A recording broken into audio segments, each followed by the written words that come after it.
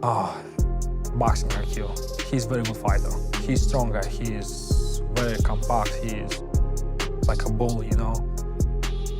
He's a smart guy. But Gennady Golovkin responds, and this is what he had to say, quote, he says, Terence Crawford won't have a problem with Canelo's power because he doesn't have any power.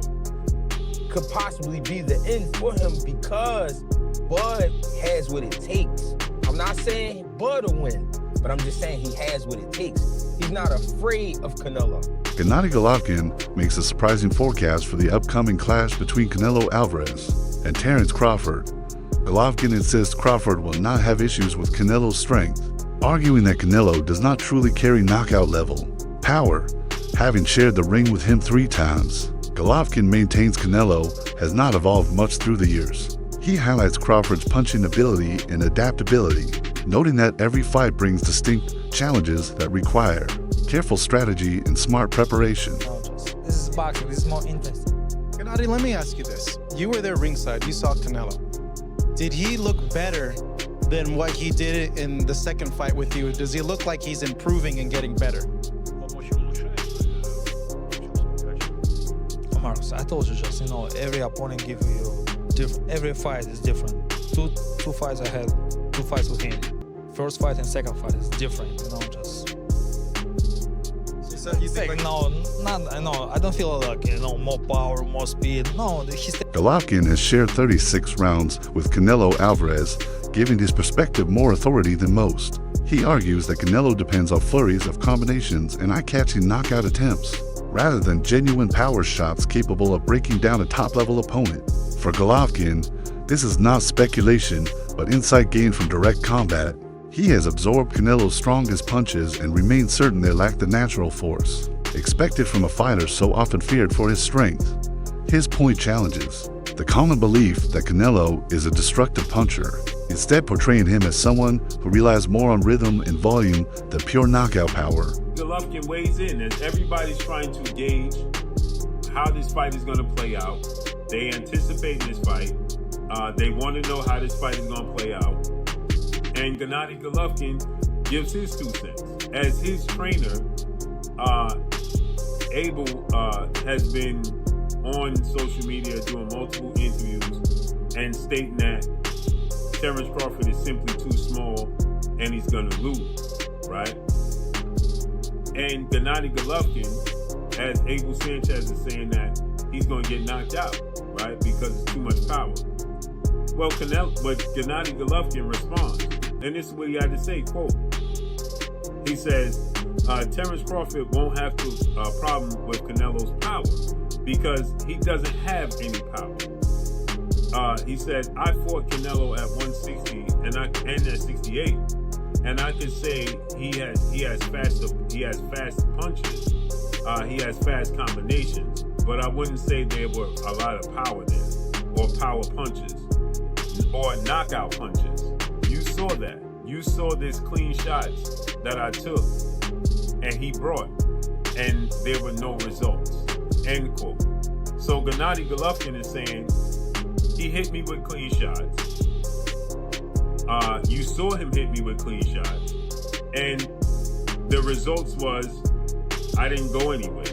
Now, I know people will say, well, Gennady Golovkin is naturally bigger than Canelo. Although Gennady Golovkin's former trainer insists that Terence Crawford stands no chance against Canelo Alvarez, Golovkin himself does not fully share that opinion.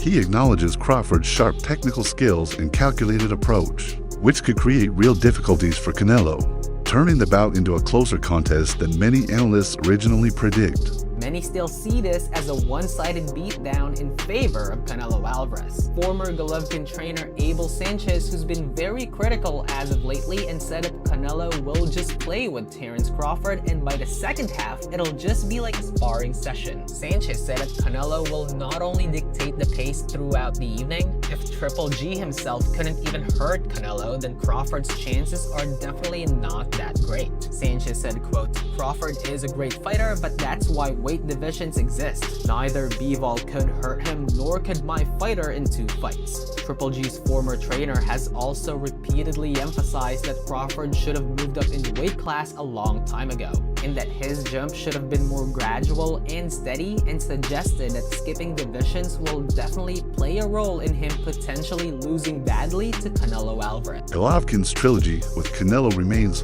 one of modern boxing's most talked about rivalries. The fact that he still questions Canelo's supposed knockout strength after so many rounds is telling. His statements hold weight because they come from a fighter who has endured Canelo's toughest punches multiple times. When Golovkin suggests Crawford has the tools to absorb Canelo's offense, it quickly makes headlines throughout the boxing world. Fans and commentators debate his stance because it contradicts the mainstream image of Canelo as a brutal finisher. Golovkin's outlook reignites arguments about whether Canelo's fearsome reputation comes more from promotion than proven performance. Boxing Dr. News. Hey boxing fans, remember the epic Golovkin-Canelo trilogy? Well, get this. GGG once spilled the tea on Canelo's punching power, and it's not what you'd expect. Picture this. 2 legends, 3 fights, and a whole lot of controversy. GGG said Canelo's punches were fast, but not knockout material. Can you believe it? He claimed those clean shots brought no result. Now, fast forward to today. GGG's been out of the ring since their last bout, but rumors are swirling about a comeback. Meanwhile, Canelo's gearing up for a massive showdown with Terence Crawford. The big question is, will Canelo prove GGG wrong and land that knockout punch? It's been a while since his last stoppage. The boxing world is buzzing, and we can't wait. Training camp whispers add more intrigue to this much-anticipated showdown. According to Showbiz the Adult, Canelo Alvarez has approached his sparring with Jaron Ennis carefully, often pulling back and avoiding unnecessary exchanges to stay fresh for fight night. While some view this as a wise tactic, others suggested hints at uncertainty in his preparation.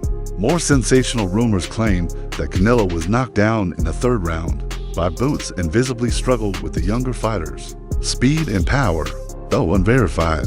These accounts have caught the attention of fans and pundits questioning whether hidden concerns exist. If Canelo is truly showing cracks in sparring, it could be an early signal that his form is slipping. For Terence Crawford, who thrives on exploiting flaws, such vulnerabilities might offer the perfect chance to turn the tide in his favor. And let's talk about what we do know about Canelo Alvarez bringing Boots to training camp and what we can concur. First, you must understand that Saul Canelo Alvarez versus Terence Bud Crawford is September 13th. Okay, that's just a few weeks away. What, almost 3 weeks away, something like that. It's just a few weeks away.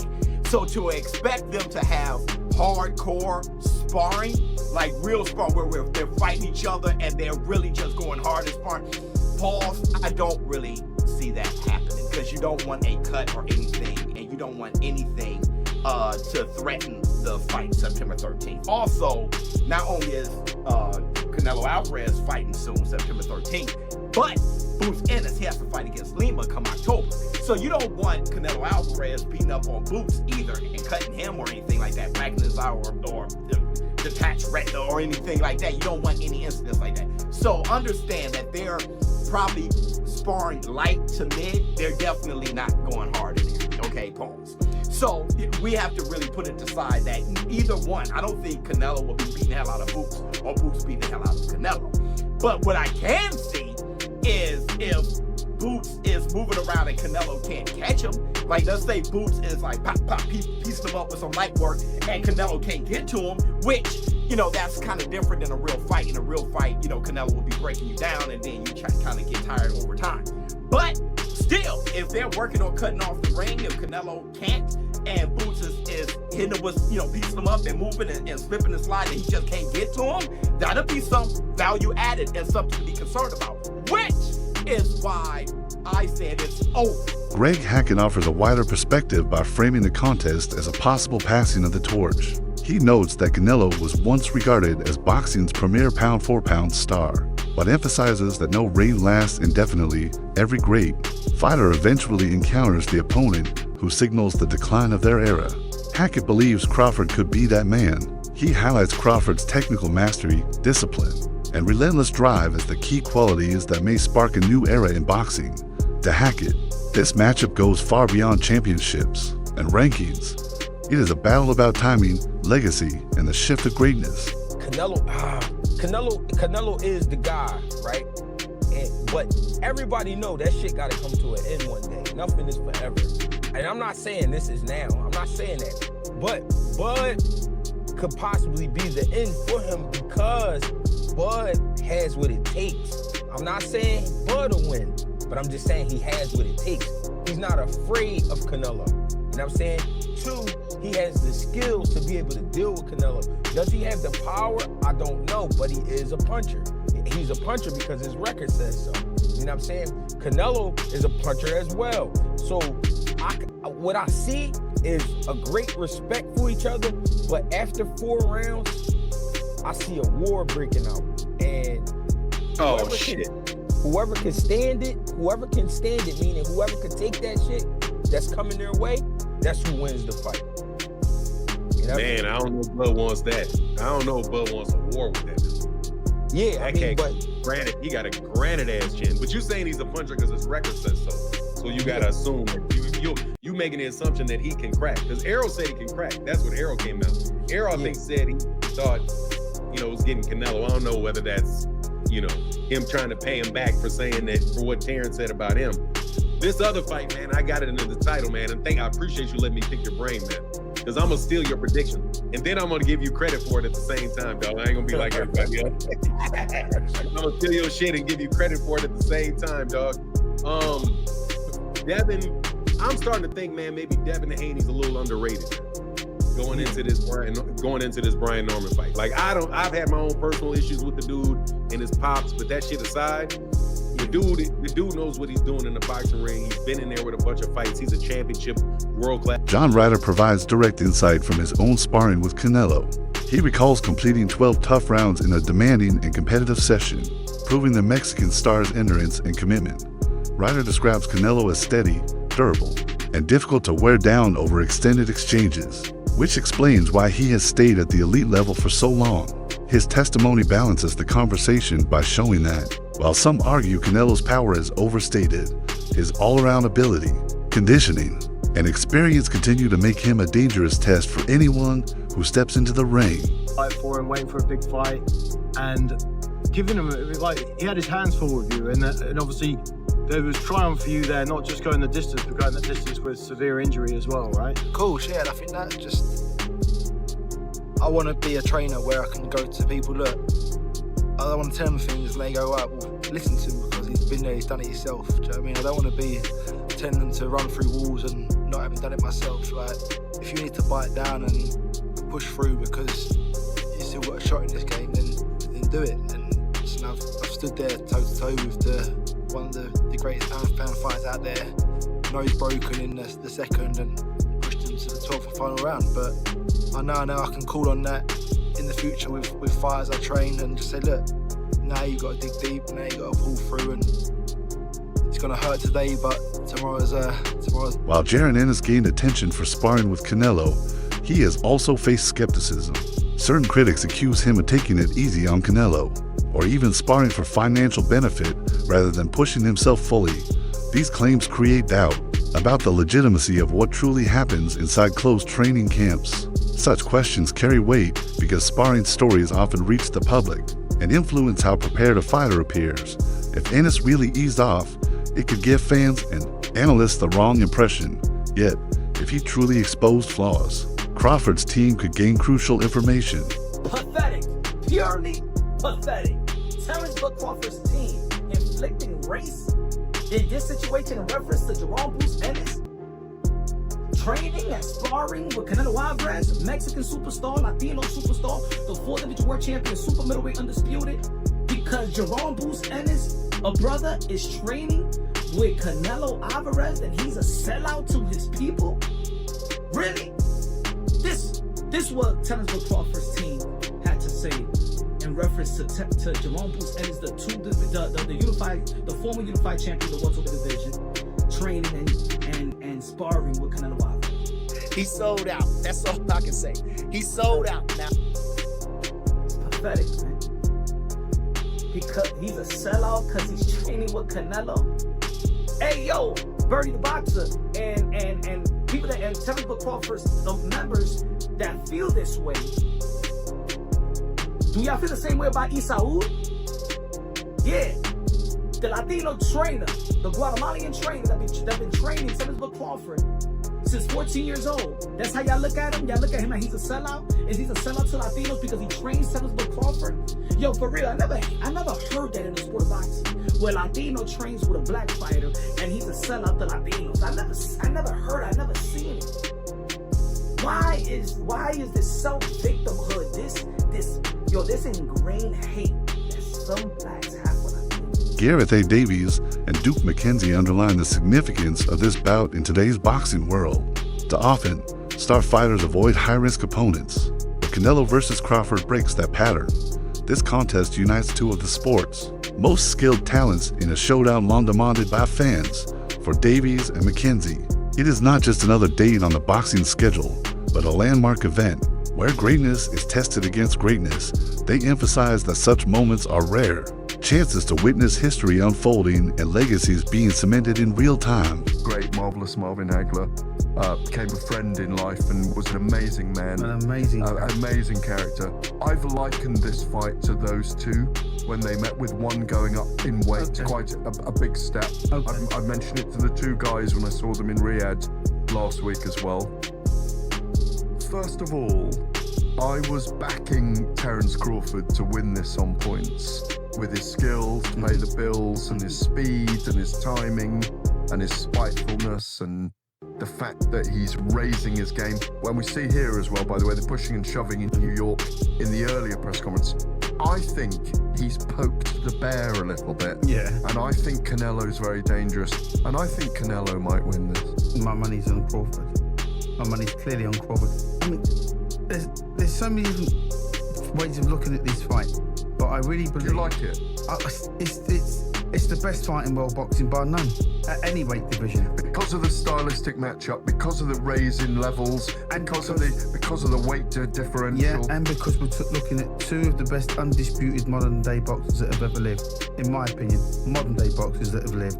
In this current generation that we're in now, you're not going to get two better fighters fighting at this time in their careers. Jaron Ennis has also spoken openly about Crawford's decision. He warns that stepping up to face a naturally larger man like Canelo, without first taking a tune-up, could prove a risky gamble. Ennis stresses that the size and strength gap is real, and that easing into a new division is normally the safer strategy. His remarks bring a cautious note to the build-up, reminding observers that although Crawford's abilities are world-class, he is still entering unfamiliar territory against an opponent accustomed to fighting at a bigger weight. But I think you gotta lean more towards Canelo, because like I said before, he been pitting big guys out and down, and Canelo not even really a 68 pounder. He probably really should be at 60 maybe, and he been hurting these guys. I think he be driving these guys and things like that. So, and them guys be way bigger than him come fight night. I know that for sure. They be probably close to 200 pounds. And he dropping those guys like that. So, I don't know. It's gonna be a great fight. If the fans want to see it, so so be it. I think Crawford should take a warm-up fight. At like 60, or like at least at 60, just to get his body, to fill into somebody a little bit bigger, and things like that. And I know when you go up a weight, you gotta, develop that power and not develop the power, but like put that muscle on and be heavy and things like that. So he might not want to take a fight because he's trying to build up right now, but I think he should, just to stay sharp and that way he don't have like a long layoff or anything. Yarrell Miller offers support from a fighter's viewpoint. He praises Crawford's determination and hunger, which he believes can make the difference even against a larger rival. Miller dismisses heavy concerns about the physical mismatch, insisting that mental toughness and willpower often decide great battles. He emphasizes that Crawford's relentless desire to win could outweigh natural disadvantage. His perspective adds positivity to the discussion, showing that many insiders still see Crawford as fully capable of achieving a career-defining victory despite the odds. Crawford, huge fight September 13th. Who do you think is going to win? I'm pulling for Crawford in this one. I think people are underestimating his strength right now and his size. I think he's a little more hungry than Canelo. So let's see though, but I like both guys, but I'm a little closer to Crawford, so I want to see Crawford can take it. And lastly, quick mention on IBA Pro. Interesting concept that, people records on the line. So I know in boxing, people don't like risking their own and things. Do you feel like this is a step forward? This could become a major player in boxing? I think it definitely can. I mean, any opportunity to make some money and build your repertoire and your... Experts argue that Crawford's tactics will be the ultimate deciding factor. This fight is not merely about trading blows, but about executing a disciplined plan that minimizes Canelo's strengths. Defeating the champion of Canelo's status will lift Crawford into the highest tier of boxing history, erasing any doubts about his greatness. To succeed, Crawford must lean on his intelligence, timing, and adaptability instead of relying on raw force. Patience, accuracy, and control remain essential. If he stays composed and exploits openings, the night could ultimately belong to him. Understands that he has to be smart. And I think with this one specifically, it ain't just about being smart. He knows he has to look like he's never looked before. Because again, if he doesn't and he beats Canelo, everybody's just gonna say, well, that's Crawford. So I think he knows that this is the performance of a lifetime and that everything has to look right. He knows in order for it to look right, he can't just go out there and let the dog go. Dog is, he got to work his way up to the dog. Hey, show the clip real quick. I don't know if you showed it already, but this is the dog you're talking about right here, right?